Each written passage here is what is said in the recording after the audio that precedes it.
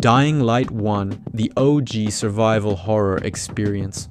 Released in 2015, Dying Light 1 was truly ahead of its time. It didn't get the recognition it deserved at launch, but gradually built a cult following thanks to its fluid parkour, atmospheric survival horror, and immersive world building, parkour and movement. The parkour system was fast, fluid, and responsive. The seamless movement across rooftops made you feel like a true survivor, rewarding exploration with freedom and agility. Day and night dynamic. One of the game's strongest features was its day-night cycle. During the day, you could scavenge and explore with relative safety. But once night fell, it became a terrifying experience. Volatiles, the game's most fearsome enemies, roamed the streets, turning every step into a life or death decision. Horror and atmosphere. The dark, gritty world of Heron felt truly alive. Environmental storytelling added layers of immersion, making you feel the desperation of a post-apocalyptic society. Every building, alley, and rooftop told a story. Combat and crafting. Combat felt raw and satisfying, with a detailed crafting system that allowed you to build creative, brutal weapons. The horde mechanics made zombie encounters genuinely threatening, keeping you on edge. Weaknesses. However, the game wasn't perfect. The side missions felt repetitive, mostly involving basic fetch quests or zombie slaying tasks. And while the DLCs were excellent, the base game lacked content variety for late game players. Dying Light 2. Bigger, but not always better, even if the first game was good. Fast forward to 2022. Dying Light 2. Stay Human launched with massive expectations. It promised a bigger, better experience with improved parkour, a larger world, and a narrative shaped by player choices.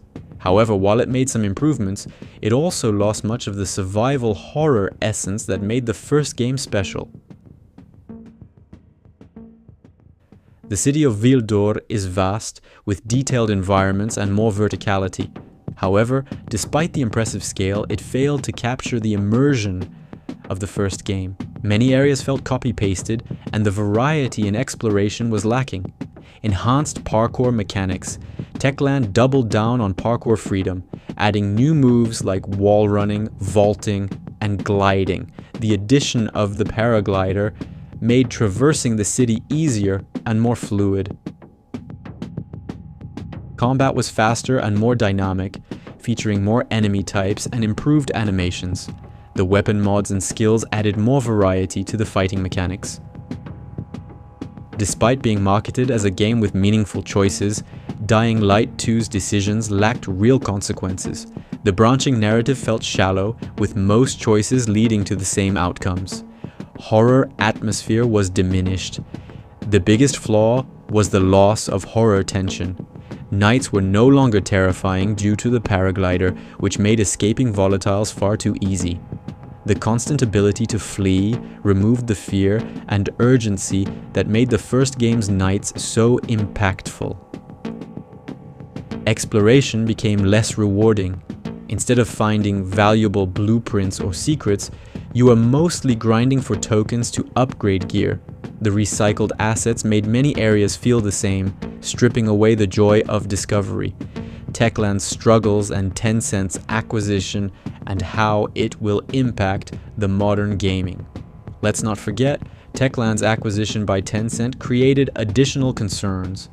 While Techland's support for their games has been commendable, the community has grown skeptical about future titles due to corporate influence. Despite frequent updates, Dying Light 2 never fully addressed its core issues. While the night mechanics and side quests improved, the story remained forgettable, and the gameplay loop became repetitive.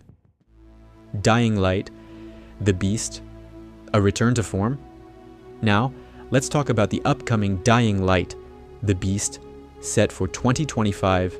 Techland seems to be reverting to its roots with this entry, aiming to bring back the horror and survival elements fans loved in the first game. Back to the basics, zombies first. The developers have confirmed a return to zombie-focused gameplay, prioritizing survival horror over action.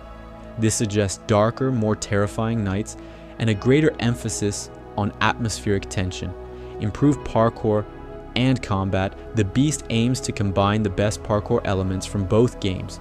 Expect more brutal combat, refined animations, and dynamic encounters that make survival feel intense and rewarding. Standalone title with Crane's story, rumors indicate that The Beast will feature Kyle Crane, the protagonist from the first game. It's speculated that the game will explore his fate after the explosion, filling in the lore gaps left by Dying Light 2. So, how do these games compare? Dying Light 1, the best for atmosphere, survival horror, and raw tension. Dying Light 2, Stay Human. Visually superior but lacking in immersion and true horror. Dying Light, The Beast, a potential return to form, but the execution will determine its fate. For me, Dying Light 1 still stands as the superior survival horror experience thanks to its intense atmosphere, fluid parkour, and memorable night encounters. Dying Light 2, while fun, lost the core essence of what made the original so great. Let's hope Dying Light, The Beast can recapture the magic and deliver a thrilling, zombie-focused experience when it releases in... If you enjoyed this, don't forget to like, comment, and subscribe for more gaming content.